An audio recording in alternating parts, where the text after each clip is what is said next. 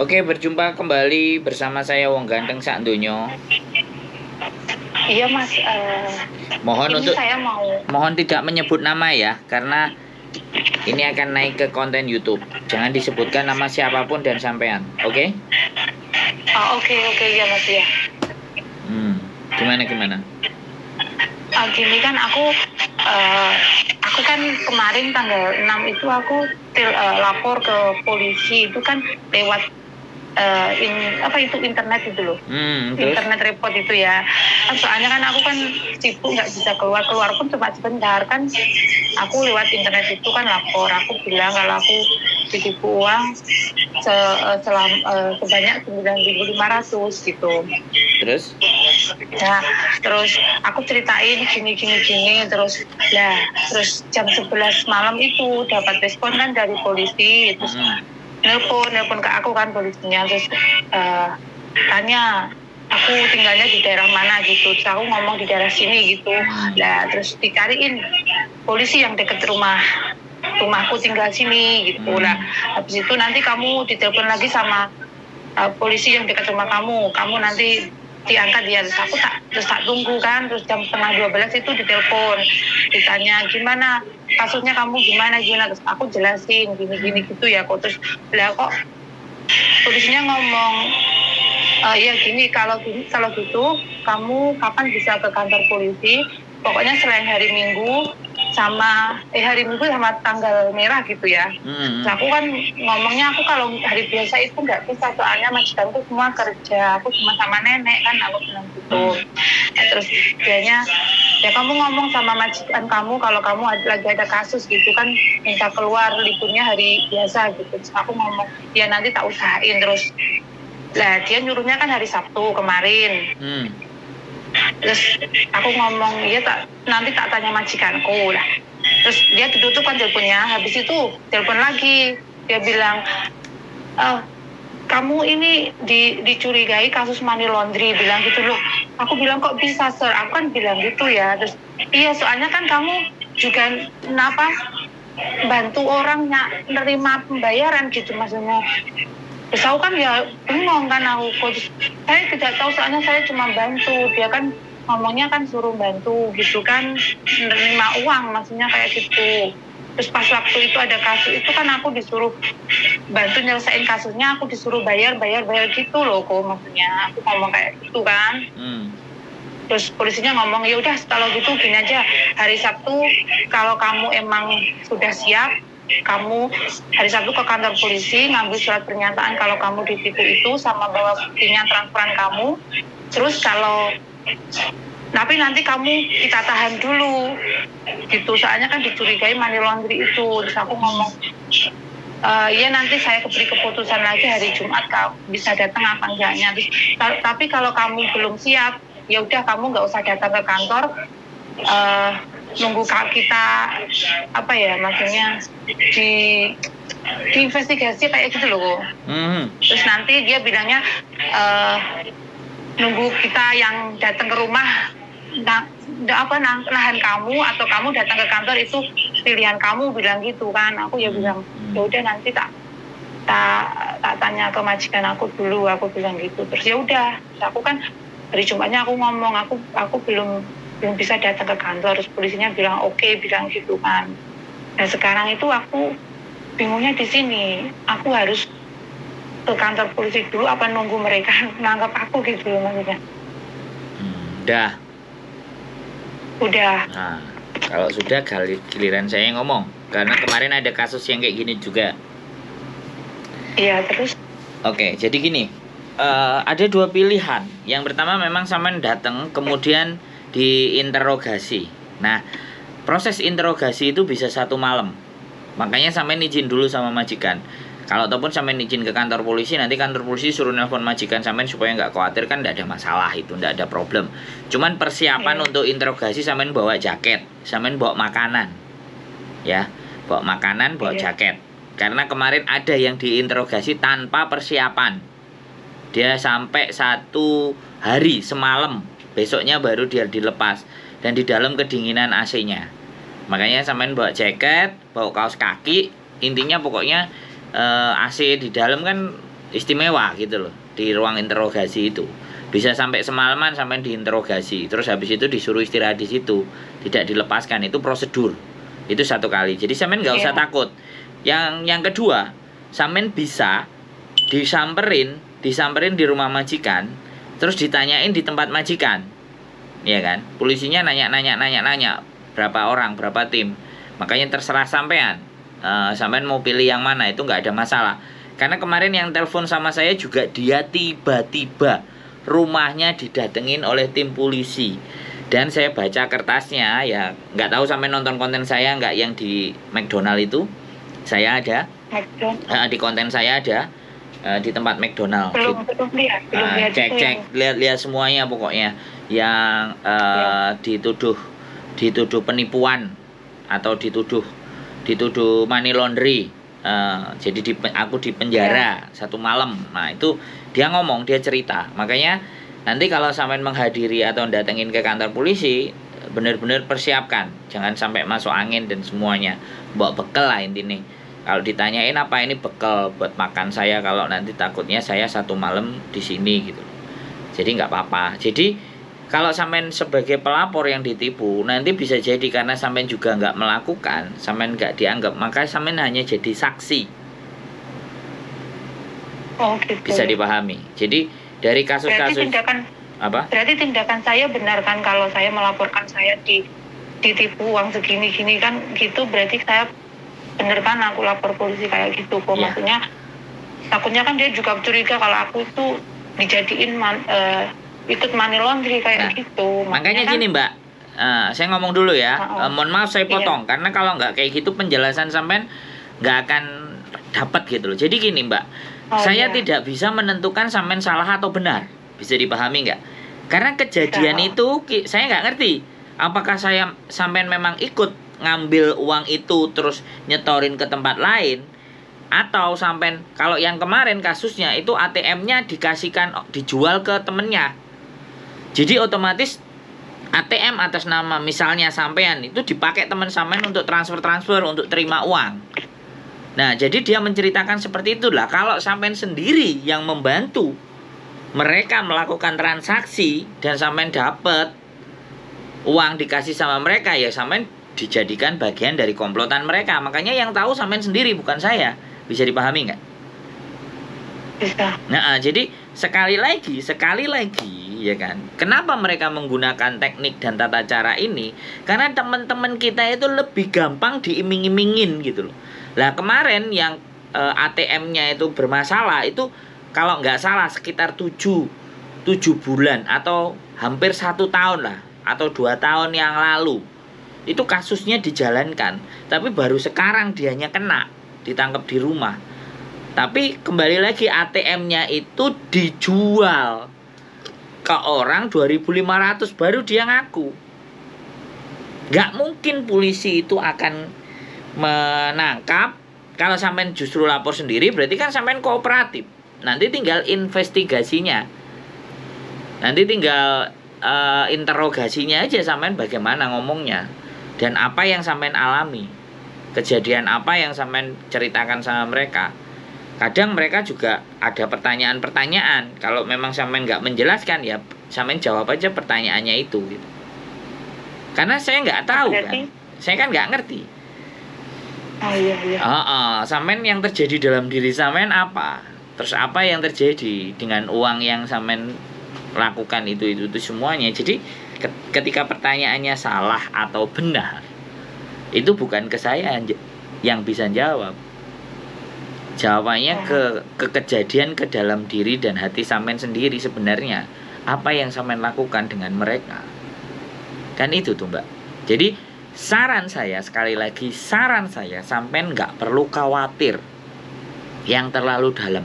Kunci pokoknya adalah majikan sampean masih bisa terima sampean, maka sampean masih bisa bekerja. Nggak tahu entah sampai habis kontrak ataukah nanti ketika renew, selama majikannya masih sama, otomatis kan no problem. Tapi ketika beda majikan, kita yang nggak tahu. Atau ketika renew bagaimana, karena visa itu hak prerogatifnya imigrasi. Tapi selama sampean bisa bisa dipercaya sama majikan ini, maka majikan ini akan bisa mempertahankan. Yang kemarin kasusnya yang cerita sama saya, itu 12 tahun majikannya masih mau dia. Makanya dia bilang, jangan nangis, kamu jangan nangis, kamu ngapain nangis, masih ada saya masih butuh sama kamu, saya akan bantu kamu. Nah, kalau Hongkong itu hebatnya kayak gitu. Walaupun kita melakukan kriminal dan apapun ya, ibaratnya di luar kita ya nggak tahu ya kriminalnya itu disengaja atau tidak, atau bagian dari sindikat. Sampean tanya, kalau aku ngomong nanti sampean nggak paham. Sampean tanya apa lagi, kegalauan sampean. Halo? Ya, iya berarti saya lebih baik ngomong ke majikan. Yes. Aku bilang aku ada kasus itu ditipu sama temenku gitu ya. Cerita aja. Aku mau lapor ke polisi, disuruh kantor polisi gitu ya, mau investigasi kayak gitu. Terus aku ngomong gimana? Maksudnya minta seharian gitu atau gimana, atau ya pokoknya minta izin. Nah, nanti kalau seharian kan, Mbok ternyata dadai singsang, ternyata aku harus sampai 1 malam, nggak tahu sampai besok ini polisinya. Atau sampai ngomong, Pak Polisi bisa nggak menginformasikan ke majikan saya biar nggak khawatir, atau bolehkah saya telepon ke majikan dulu, kira-kira proses ini sampai kapan, sampai tanya seperti itu. Dan satu hal sekali lagi, saya kan nggak ngerti hubungan sampai dengan majikan. Sampai memohon, kalau seandainya ada sesuatu hal terhadap saya, selama kamu percaya sama saya dan kamu masih menggunakan tenaga saya, tolong saya dibantu. Karena apapun dan bagaimanapun kalau saya bikin sesuatu yang di luar sana, karena kamu penjamin saya, kamu yang bisa menceritakan atau membela saya bagaimana perlakuan dengan cara lah piye mbelane nang awakmu. Yo awakmu cek butuh aku itu cukup. Dirimu masih membutuhkan saya itu udah cukup. Jadi bukan harus begini dan begitu, enggak. Saya masih butuh dia untuk membantu keluarga saya. Nah, bantuannya cuman gitu aja. Dari apa yang saya jelaskan, sampean sudah punya penggambaran? Insya Allah sudah. Ya itu tadi, sebenarnya aku nunggu waktu mau ngomong ke majikan gitu, minta pas waktu libur itu aku mau datang ke kantor polisi kayak gitu kok. Ya kan. Terus habis itu aku maksudnya gimana ngomongnya ke majikan gitu. Ya itu tadi. Ya, berarti itu tadi. Iya, intinya baik-baik dan nggak ada masalah. Anggap aja ya agak sedikit kerikil-kerikil lah, gitu aja. Agak sedikit nggak tahu apa yang sampean lakukan gitulah. Saya nggak bisa ngomong saya intinya. Yang jelas sampean nggak perlu khawatir, karena sampean nggak langsung ditangkap dan digerebek. Berarti itu bukan kesalahan fatal. Soalnya kan mungkin gimana ya, kan aku udah lapor polisi itu. Kalau sampai sekarang aku belum lapor, itu pun kan mungkin polisi nggak tahu, tapi kan suatu saat pasti mereka akan tahu gitu kan. Tapi kan lebih parah kalau sampai mereka mengetahui dulu terus datang ke rumah malah gini kan, sebelum aku buat laporan tentang aku ditipu uang itu kan, maksudnya malah lebih ribet kayak gitu ya kan, bener nggak? Ya nggak apa-apa. Intinya bagi saya nggak perlu kanjong, sampean nggak perlu khawatir. Ya namanya kehidupan selalu lah. Ya, masalah khawatir itu pastilah. Takut juga pasti. Nggak, sekarang saya gini nih Mbak. Tidak ada perbuatan, sekali lagi ya, tidak ada perbuatan. Ya mungkin namanya ujian. Nggak gini. Tidak ada perbuatan yang ditimpakan ke kita, ya, ketika kita tidak melakukan apapun. Kalau kita melakukan apa yang kita lakukan, itu pasti akan mengandung banyak resiko. Dan resiko-resiko itu mungkin tidak kita terlalu pikirkan. Bisa dipahami nggak? Iya kan? Kadang kita nggak ngapa-ngapain aja kita kena masalah. Bisa dipahami nggak? Apalagi kita ngapa-ngapain. Lah kalau sampean sudah sampai seperti ini, bisa nggak saya berpikir sampean nggak ngapa-ngapain? Kan nggak mungkin, bener nggak? Iya. Nah, gitu aja. Jadi yang jadi masalah teman-teman itu adalah mereka melakukan sesuatu tidak menimbang resiko. Satu. Yang kedua, mereka melakukan sesuatu tidak berpikir bahwa dampak yang akan ditimbulkan apa? Itu dua. Jadi kan jadi kesusahan di dalam dunia ini itu hanya ada dua, Mbak. Yang pertama nafsu, yang kedua ketidaktahuan. Masalah di dunia itu hanya dua, itu sumbernya. Nafsu dan ketidaktahuan. Nafsu itu misalnya tamak, ingin kaya, ingin dipandang orang, ingin semuanya. Ini kan bagian dari nafsu. Yang kedua, ketidaktahuan. Kita melakukan sesuatu, wah, nggak tahu karena ini. Berarti dua hal kunci semuanya. Karena manusia kan dibekali nafsu. Karena nafsu itulah kalau tidak dikendalikan dengan baik, jadinya kan masalah. Kalau saya mencari masalah, Mbak. Atau menampung masalah lah. Oh iya, curhat-curhat dari nampak nih sampean telepon ini apa gak nyari masalah? Kurang kerjaan. Iya kan? Ya kan setidaknya membantu orang gitu maksudnya. Ya, itu ya pikirannya orang yang baik kan? Iya. Kalau pikirannya orang yang nggak baik dengan saya, Sandro itu kurang kerjaan. Sukanya cari-cari masalahnya orang untuk dikontenin. Nah, ya kan? Iya, yang itu yang mikir negatif sama Bang Sandro pastinya kayak gitu. Maksudnya dia mau nyari ke kesempatan gitu, dapat konten, dapat uang. Kan itu yang pikiran negatif sama yes. Kan kayak gitu. Tapi kan kalau yang positif kan kita dirantau di negeri orang kan, kita nggak punya saudara, nggak punya, ya ada saudara pun tapi kan pasti mereka kan kalau kita pasti susah kan nggak mungkin bantu, gitu kan jarang gitu. Betul. Nah kan sampean kan di sini bisa bantu gitu ya, paling tidak bisa ngeringanin kayak gitu. Iya. Terus gimana? nanti itu gimana kalau maksudnya nanti kalau pas waktu sidang kalau kayak gitu nanti nggak apa-apa, saya bilang nanti misalnya saya minta bantuan Bang Sandro bisa nggak? Iya, kayak saya kemarin nganterin ke kantor polisi dan saya melihat form yang dilihat dan di situ ternyata tulisannya adalah witness itu saksi, baru dia lega. Lah ini kan nanti kan kita nggak ngerti surat polisinya apa yang keluar, iya kan? Surat polisinya keluar dulu, baru saya bisa tahu sampai ini sebagai apa. Dinyatakan sebagai apa? Apakah saksi, apakah terdakwa, apakah tersangka, kan kayak gitu tuh. Jadi dan satu kali lagi, sampean bisa boleh agak sedikit lebih lega karena kan tidak langsung digrebek. Kalau tidak digrebek.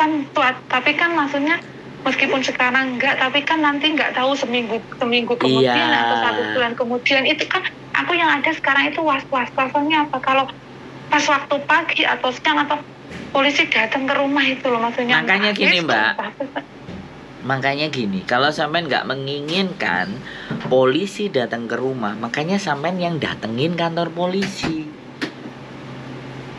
Kalau sampean datengin, saya telepon ke kantor polisi dulu ngomong hari tanggal kapan aku mau ke kantor polisi gitu ya. Iya, kalau sampean datangi kantor polisi artinya sampean melapor, sampean kooperatif namanya.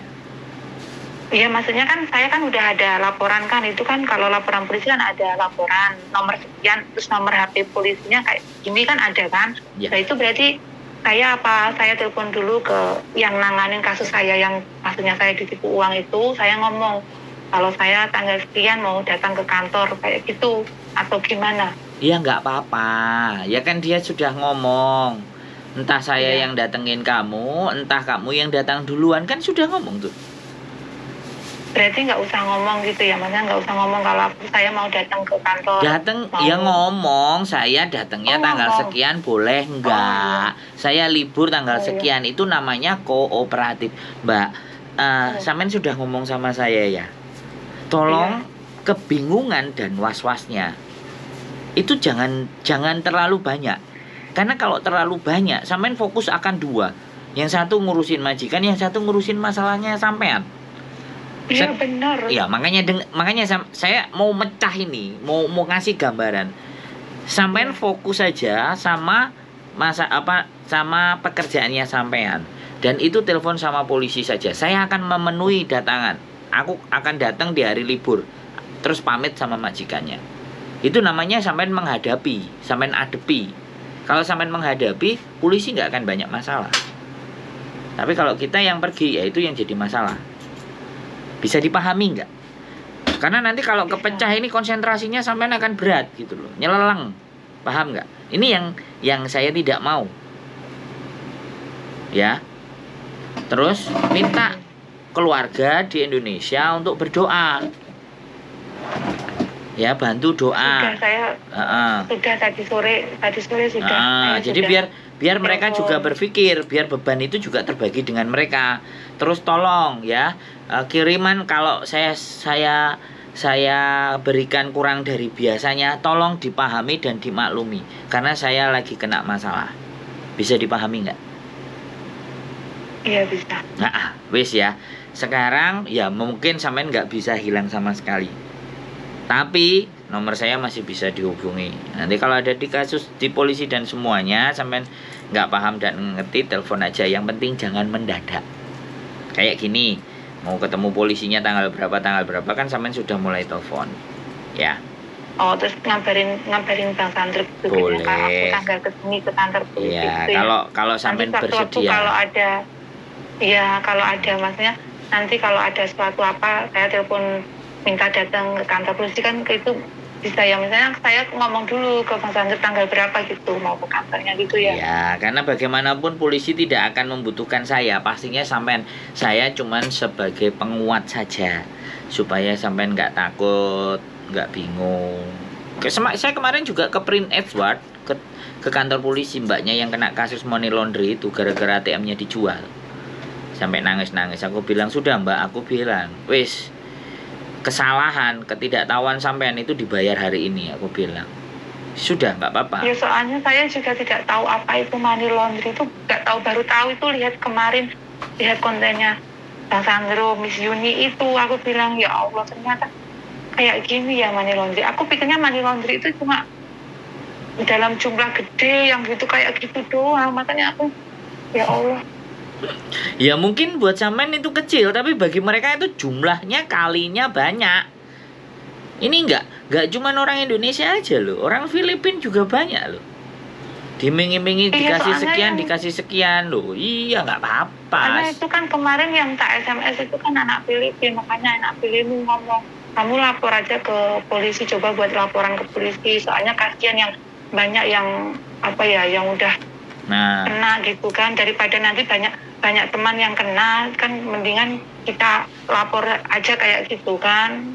Jadi itu di laporanku juga tak tulis, aku ngomong aku lapor kayak gini biar nggak semua membantu rumah tangga yang lainnya juga terkena masalah kayak saya, kan aku bilangnya gitu di laporan polisi itu ada yang terakhir aku bilang gitu. Banyak Mbak, ribuan teman-teman kita itu banyak juga, cuman nggak keluar di konten. Makanya kan konten YouTube ini kan tujuannya untuk itu juga salah satunya. Ya iya, sebenarnya bisa membantu, maksudnya kan dari itu kan kemarin tuh aku bingung gimana, makanya kan mau curhat ke siapa itu bingung, terus aku kan lihat konten-konten ini kan dulunya aku nggak sempat lihat konten kan, maksudnya kan kerja udah capek tidur kayak gitu kan, paling telepon keluarga kayak gitu, nggak sempat lah lihat konten kayak gitu. Nah ini pas waktu kan aku bingung, mau telepon ke rumah pun kan takut, ya gimana ya, maksudnya kan lagi ada masalah, telepon pun nggak semangat kayak gitu, karena aku kan nyari kesibukan yaitu nonton kontennya Miss Yuni, nonton kontennya sampean kayak gitu, terus aku sudah saja sama Bang Sandro gini ya, itu akhirnya saya SMS lagi, kan SMS Miss Yuni kan nggak dibales gitu, terus mau telepon tapi kan nunggu dia bales dulu baru telepon, takutnya kan ganggu, maksudnya kan nggak enak kan, maksudnya mau telepon tiba-tiba telepon, ya kalau dianya nggak sibuk, kalau sibuk kan kita ganggu gitu loh, maksudnya SMS kan nggak direspon, makanya bisa aku coba SMS sampean gitu tadi. WA-nya itu ada 8.000 Mbak yang nggak dibuka. Sudah. Ya makanya ya saya sudah memahami kan, soalnya pusing buka WA. Soalnya Miss Juni juga bilang kan kalau WhatsApp-nya nggak dibalas ya mohon dimaklumi kayak gitu. Ya udah aku maklumi, mungkin kan yang banyak masalah, kan yang punya masalah kan banyak, nggak cuma saya saja kan di sini, maksudnya itu. Terus ini ini saya mau tanya lagi. Ini kan maksudnya kan saya kan bulan 4 kemarin proses renew ya. Kan visa saya belum turun. Terus ini gimana? Maksudnya nanti gimana? Mempengaruhi apa enggak maksudnya? Enggak masalah, sudah. Ya, saya bilang sama sampean ya, ini dihadapi. Jangan jadikan ini kekhawatiran yang berlebihan. Sampai nanti lama-lama sakit gitu. Ya. Ya, Jadi aku nggak makan udah berapa hari nggak boleh. Makan harus dipaksa makan, ya. Sekali lagi saya bilang dipaksa makan, ya. Saya nggak ingin dengar cerita nanti sakit gara-gara kena kasus. Saya juga dulu pernah waktu saya di kampus, waktu saya jadi mahasiswa, ya kan, saya tabrakan orang, korbannya yang tak tabrak kaki retak. Satu hari saya nggak makan, kepikiran, tahu-tahu besoknya badan saya panas sampai 40 derajat, sakit, ibu saya yang susah. Saya masuk dokter, di rumahnya dokter 3 hari. Saya nggak boleh makan sambal, makan bubur. Jadi jangan haknya fisik jangan sampean kurangi, tetap makan, ya. Sampean jadi tulang punggung, sampean jadi di rumah. Jadi jangan mikirin sampean sendiri. Sudah cerita ke saya dan saya sudah menyampaikan kasus ini nggak cuma satu sampean. Kalau dikumpulin di Hongkong mungkin ada berapa ribu teman-teman PMI ataupun Filipin yang kena kasus hal-hal semacam ini. Jual ATM yang 2000, 2500, 1500. ATM-nya dijual, akhirnya kena motif money laundry. Jadi sekali lagi ini bukan persoalan yang besar. Akan menjadi persoalan yang besar kalau sampean sakit. Makanya sekali lagi ya, berdoa, bikin istighfar ya. Gusti Allah ya. Sekali lagi tidak ada masalah atau itu yang melebihi dari kemampuan hambanya, itu pasti. Dan dibalik kesusahan itu sebenarnya bersamaan dengan kesusahan itu ada solusi. Tapi kadang kita sudah panik duluan, sudah bingung duluan, fokusnya malah ke masalah, bukan fokus ke solusi. Bisa dipahami?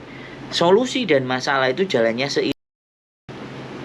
Kita, otak, nalar, logika kita itu seimbang. Bisa dipahami? Sampean ngerti nggak?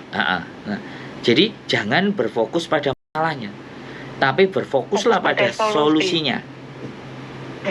Nah, solusinya apa ya? Aku harus sabar, aku ya harus terima, ya kan? Aku ya harus hadapi. Itu solusinya. Solusinya tidak pada saya. Bisa dipahami nggak? Solusinya di diri sampean sendiri. Dan sampean juga ketika sampean punya masalah yang besar, sampean punya Gusti Allah yang maha besar juga. Dipahami? Wis sederhana itu di situ. Oke? Sudah lebih tenang? Iya. Alhamdulillah. Nah, ya. Ingat ya. Cuma satu yang saya fokus pikirkan sekarang, bagaimana aku ngomong jujur ke majikan itu maksudnya. Ya, sampean ngomong aja. Ya. Kalau sampean jujur ya sudah.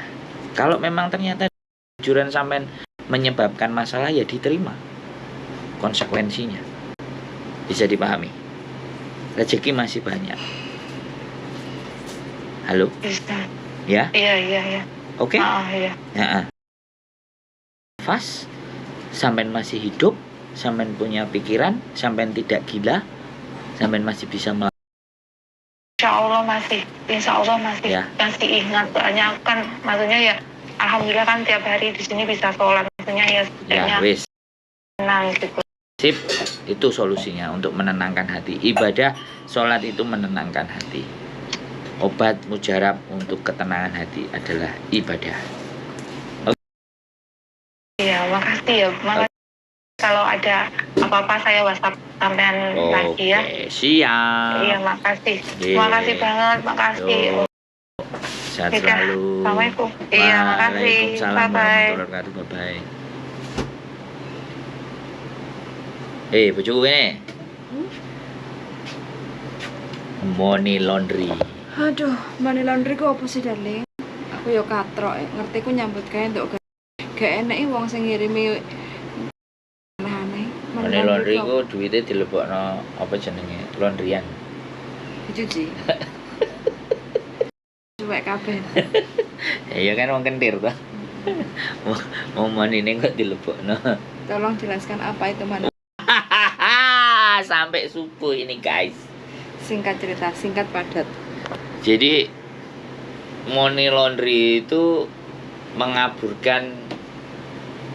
Jadi gini lah, kamu duwe duit akeh. Terus kamu gak kena pajak. Kamu pingin menyimpan uang dari jualan. Misalnya kita itu jualan narkoba, duitnya wakil.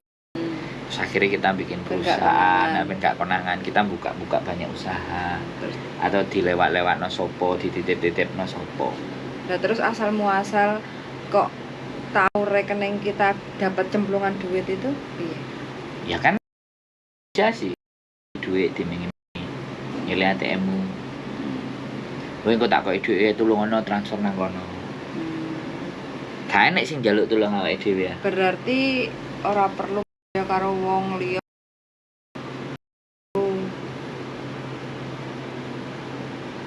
Nggak perlu tergiur karo iming-iming. Ya, bukan. Jadi ketika ada orang nyuruh ditelaah dulu. Apa? Iki gawe piye? Kalau memang kita mau ambil simple dan sederhananya, muisi aku gak iso. Sorry. Diarani sombong. Yo gak apa-apa daripada kita kena masalah. Ngono. Iya no, nang kene nggak perlu dia takut diarani sombong, diarani gaplek, diarani kayak entut goreng, gak perlu nang kene. Penting aja demek Silit, silitku, lambeku. mambu namanya silit. Namanya silit mambu telek. Jadi buat teman-teman semuanya, kadang permasalahan di muka bumi ini hanya ada dua. Apa? Jadi paimu. Paimin? Yang pertama adalah nafsu, yang kedua adalah pengetahuan. Dua hal ini saja yang menyebabkan permasalahan di dunia ini. Wis, ingin jelas nanti dua. Oke, gitu aja teman-teman semuanya. Wis lemas kayak enak duren, bu. Keep stay tune my YouTube channel and see you next video.